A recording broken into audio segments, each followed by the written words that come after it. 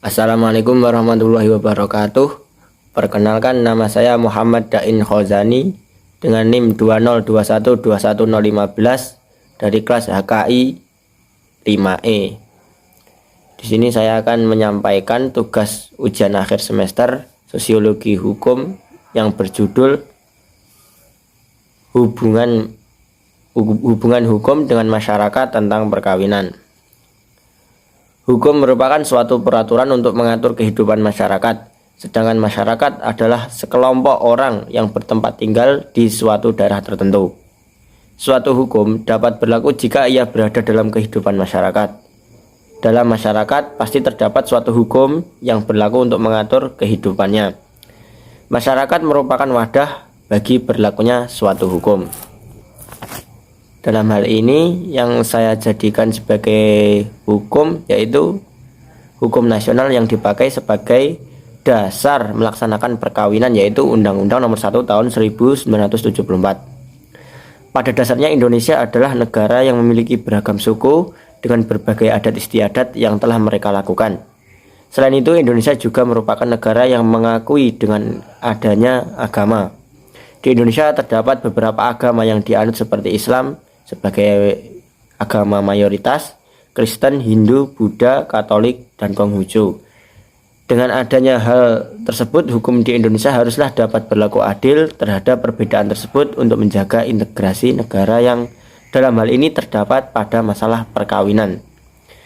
Dasar hukum perkawinan Indonesia adalah Undang-Undang Nomor 1 Tahun 1974. Di sini saya akan mencontohkan salah satu bentuk hubungan, di mana salah satunya yaitu adanya isi dari Undang-Undang Nomor 1 Tahun 1974 tentang perkawinan yang menjelaskan bahwa perkawinan yang sah apabila dilakukan menurut hukum masing-masing agamanya dan kepercayaannya.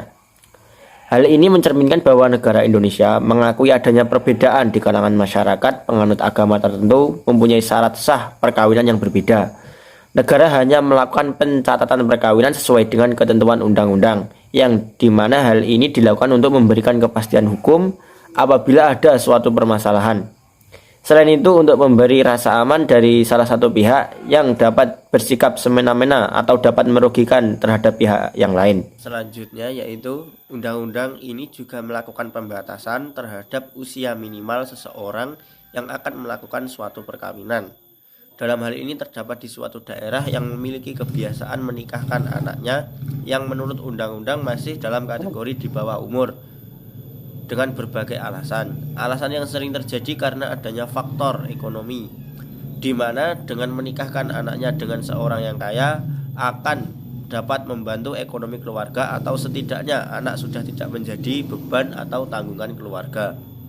Akan tetapi undang-undang ini yang berlaku di Indonesia berkata lain, yaitu perkawinan hanya diizinkan jika pihak pria sudah mencapai umur 19 tahun dan pihak wanita sudah mencapai 16 tahun.